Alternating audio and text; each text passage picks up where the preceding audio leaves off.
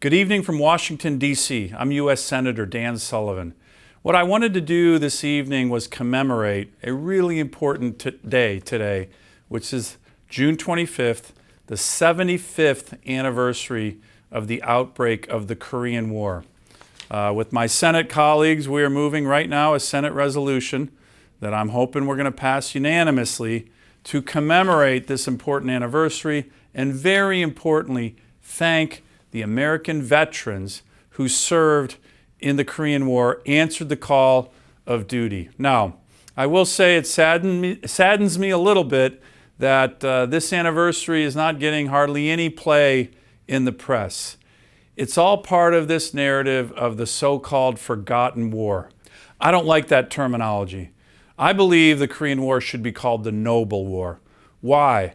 Because young American veterans, young American military all across the globe answered the call to help a country that was being overrun by communists, by tyrants, North Korea, the Soviet Union, and later communist China. The American military who saved this republic, saved the people of South Korea, have much to be proud of. As a matter of fact, when you go to the Korean War Memorial in Washington, D.C., it has two very important sayings there. One goes to this idea of nobility. Our nation honors her sons and daughters who answered the call to defend a country they never knew and a people they never met. That's noble, to protect someone who's being overrun by a tyrant, by dictators, by communists, to save them. And that's what the American military did, undeniably. The other saying on that very powerful Korean War Memorial in Washington, D.C. is simple four words that we always have to remember. Freedom is not free. Freedom is not free. The men and women of the U.S. military struggled mightily. This war was brutal.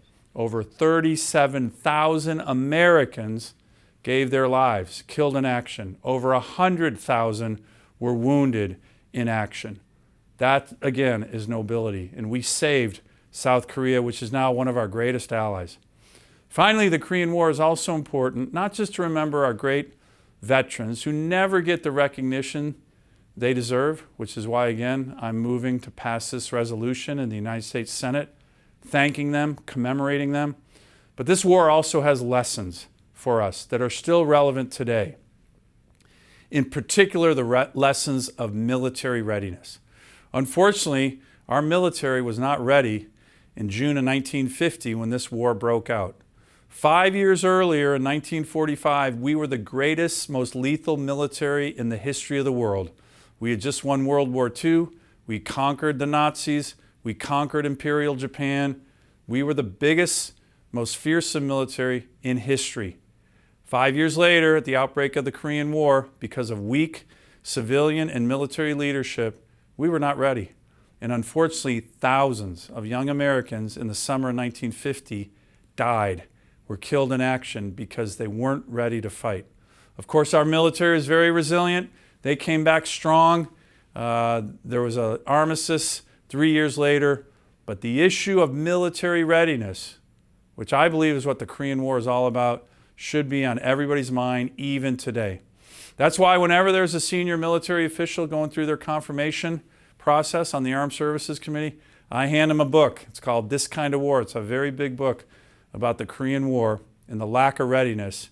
I hand it to our military leaders today. I say, don't ever let this happen again. Never. That's a lesson from the Korean War. So, on the 75th anniversary of this very important war, the Noble War, the Korean War, we should all remember the brave Americans who fought, died, and sacrificed to keep another country free, the Republic of Korea, one of our strongest allies today.